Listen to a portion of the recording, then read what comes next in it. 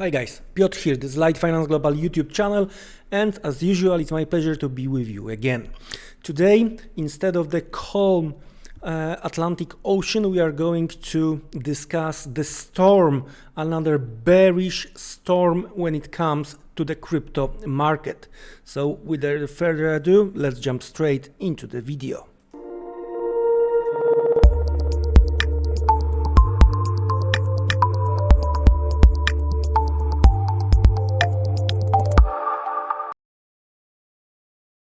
Okay, folks, so what is going on within the last hours depends on when you are going to watch the video. So overall, there is the Alameda concerns which lead to the dump of the FTT. Well, we are talking about the FTX liquidity crunch, and well, the Binance is involved to try to protect the investors. There are some signed agreement. We will see how it's going to end up.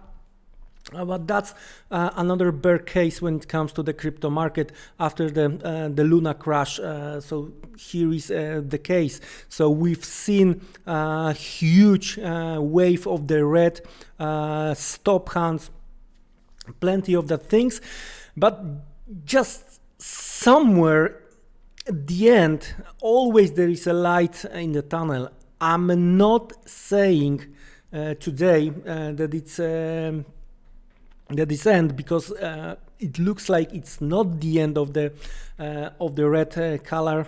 There is a possibility of the continuation, but the bull markets are usually starting after huge panic sell-off.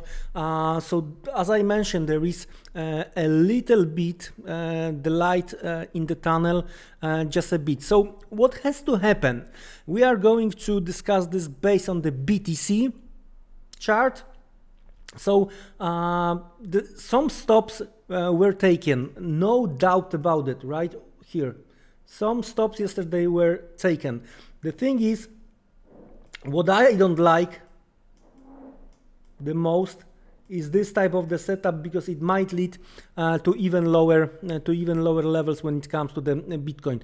So how low can we go? Well, in that case, based on this weekly chart, I would say that we were trying to keep the most important levels for quite long, and if we are going to break them, well, there is not good news, because in that case, levels close to 12,000 and then lower down to 10,000 could be the name of the game for the sellers. There is on this weekly chart a little bit of the hope, in my opinion. What I'm talking about is still this level retest of this previous bull market, all right, and still holding. And if we are going to manage, if the situation on the market is going to calm down a bit, and we are going to create lower shadow here, then the things might get very, very interesting, especially if the market is going to be able to get back on this weekly chart, to get back, let's say, above 19,500, 19,600. So in that case, if we are going to get the weekly close that high, we might see some stop hunt to the upside, and then the close above 25,000 is needed to try to finish the consolidation we have here. Let's switch to the daily chart. That's how it looks since yesterday. So next few days are quite important, because either we are going to make new low over here and we are going to break out of that consolidation. In that case, from the daily chart perspective, the next possible target, right? The next possible target would be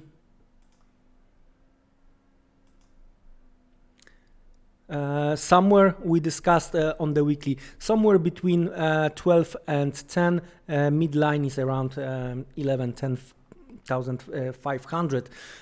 So that's how the things may look like. But again, if we are going to build on this daily and weekly some kind of the level of the support still, if there are going to be enough when it comes to the demand, so the top of that consolidation could be tested.